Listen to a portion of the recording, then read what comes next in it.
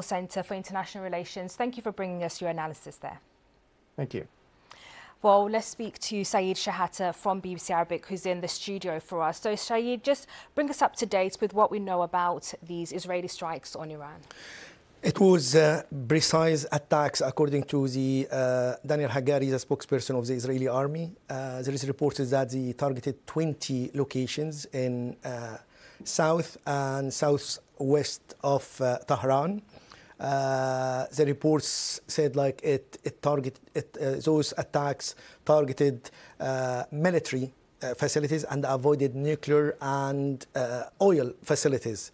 And this shows like Israel listened to its strongest ally, United States, not to provoke Iran, because if a strike, attacks this location, Iran will respond heavily, and it will be maybe escalation to a regional war.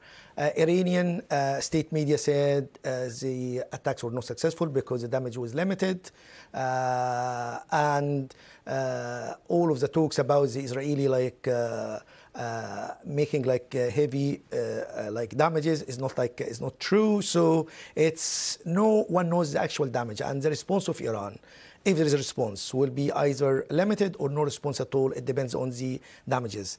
The spokesperson of the Israeli army, Daniel Haggari, said clearly after the conclusion of the strikes, if Iranian will respond, it will pay a heavy price, because Israel has the right and the duty to defend the state and the people of Israel.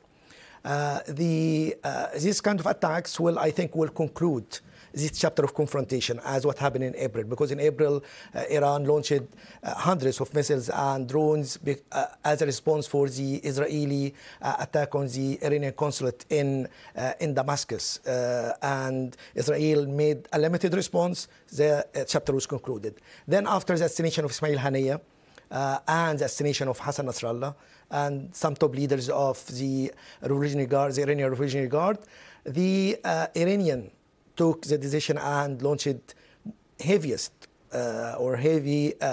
launch of attacks by launching 180 plastic missiles at Israel, and it makes more damage than before because more accurate. So Israel was calculating the response from 1st of October till today. They were communication with the United States, and the United States was clearly, and Mr. Biden, no attack for nuclear facilities or oil facilities, because it will provoke Iran and it will lead to escalation and regional war. So Israel listened to the American, and made a stand that Israel can respond and can hit Iran anywhere. And they try to minimize the plastic missile facilities, because it's the main threat from Iranian to Israel, as well as from Hezbollah to Israel, because the missiles make some damages, not maybe huge, but still make damage to Israel.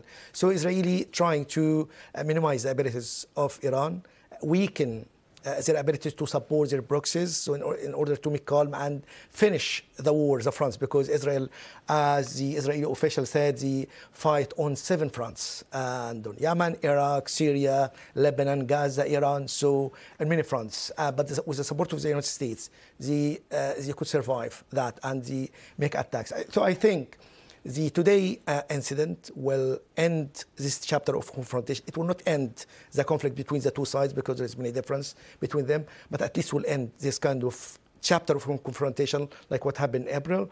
And it will open the door for optimism in the Middle East region to reach a deal, because tomorrow there is a meeting, negotiation talks between delegation from Israel, United States, Qatar, Egyptians, so the mediators, in order to reach a deal. On Thursday, Hamas delegation met Egyptian delegation, security delegation in Egypt, in order to reach a deal, especially after Mr. Blinken, the foreign secretary of the United States, said Yahya Sinwar absence from the scene will help to achieve a deal. But I think there is many obstacles. There is obstacles because Hamas conditioned the full withdrawal of the Israeli army, end of hostilities, reconstruction, and the swap prisoner with some hostages. So there is obstacles and the gap between them. But at least avoiding escalation, avoiding a regional war will help to give the talks a fresh and optimism in order to reach a deal and ease the situation, because in Gaza more than 42,000 people killed.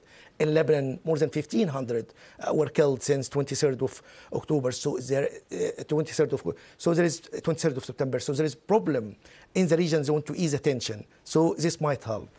And Sayed, let's just show viewers these pictures that we have coming in from Tehran, the Iranian capital. These are really some of the first clear pictures that we're seeing there in the morning. And just a reminder of the breaking news over the past few hours, which is that Israel has carried out strikes on Iranian military targets, it says. The Israeli army is saying it carried out precise strikes in the Iranian capital there, and news coming in from an Iranian news agency close to the country's Revolutionary Guards saying that military bases in the west and southwest of the Iranian capital have been targeted. And Sayed, the response, as you mentioned there, from the Iranians has been to downplay these attacks, perhaps not wanting to carry out another strike on Israel. But talk us through how Iran is being viewed by its proxies in the region. Hezbollah, Hamas, who are really under pressure at the moment from Israel. They perhaps would want more supports from Iran. So how is that dynamic working at the moment? The problem is there is more pressure on Iran. Iran has economic problems. There is sanctions on Iran because of the nuclear program. So Iranian ability to defy and challenge Israel and the United States will be very difficult. They don't try to show they are weak, so they do whatever they can in order to support Hezbollah and Hamas and all the proxies in Yemen and other places. But Iranian abilities are limited. And in this case, you want to think wisely about the reaction. And I think, as I said, it will depend on the actual damage. But even if there is damages, the Iranian will not reveal them and will say like limited damages. And in this case, it might not respond to that, because there is many worries for Iran inside and outside with the probe, because with the bombardment of Hezbollah like locations in south of Lebanon, in Gaza. So they are like weak in many places because of the Israeli bombardment of these areas and the strength of the Israeli area force with the support of the United States. So it will be very hard to think that Iran will make a stupid step to attack Israel again heavily. If there will be limited, and it depends on the damages. But Iranian are in a very bad situation, because they face Israel with all of its power and the United States supporting them and all allies in the world. They support Israel. So there is more pressure on Iran not to do that more than Israel. And I think this will help to ease the tension in the region, and it will help to think again about the new chapter. The confrontation will not end, and even with the Iranian president calling for good relationship with the West, and there's talks with a visit by the Iranian foreign minister to the Gulf region to meet with leader there in order not to use the airspace of the Gulf areas to attack Iran. So was helping. So the Iranian trying to ease the tension. Iranian try to build good relation, because there is a lot of economic pressure in Iran and the pressure on military speaking. So supporting different fronts, the proxies in different places in Yemen, in Gaza, in Lebanon, in Iraq, and in Syria, it's stretched. And one country on its own is very hard to face the power of Israel and the United States. So I think this will help to ease the tension, will help to look forward for the negotiation tomorrow, and it might put pressure on Hamas to negotiate and accept some concessions to reach a deal, not to humiliate Palestinian, but to help to achieve the purpose of the Hamas and the Palestinian people, to more humanitarian aid, especially for the north, withdrawal of Israeli troops, and trying to find a solution for the future of Gaza, who's going to govern Gaza. And we will talk about that in Kazan summit in Russia. So there is hopes in the region. And I think the Israeli attacks, the calculated and precise Israeli attacks, was helping to look forward for the negotiation tomorrow between the mediators and the Israeli, in order to find a way to reach a deal which was elusive since last November. And you mentioned there Iran's diplomatic efforts in the region, the Iranian foreign minister visiting different capitals there in the Middle East to try and stop Israel from using the airspace of its neighbors to get to Iran. And we understand from the Israeli military that it did use aircraft in these strikes. Just talk us through Iran's diplomatic efforts and whether they're working. It's been isolated in the region for many years. Yeah, there is fear in the region from Iran, from the Gulf countries. And a long time ago, the Saudi said if Iranian will get the nuclear weapons, Saudi Arabia will do that, as what happened between India and Pakistan before. So there is tension. There is fear from some countries because of the Shia influence in the Gulf countries and what happened in Bahrain and other places. So there is fear from the Shia influence.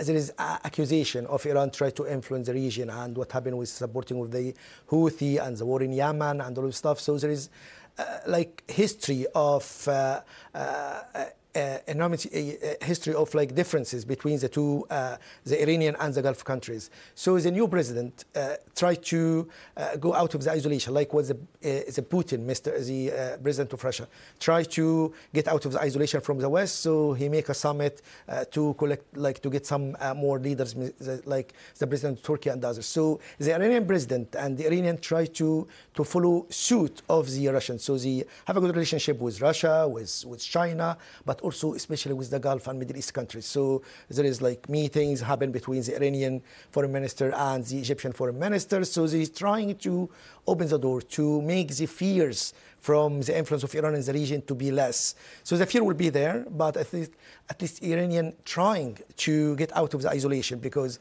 as I said, the economic pressures, the sanctions have a heavy effect on them, and this will like ties their hand in order to support more Hezbollah and other proxies in the region. So the confrontation is helped to ease this confrontation through the diplomatic efforts by Iranian, and hopefully this will help to ease the tension in the region. Saeed Shehata, thank you so much for bringing us that analysis. You're watching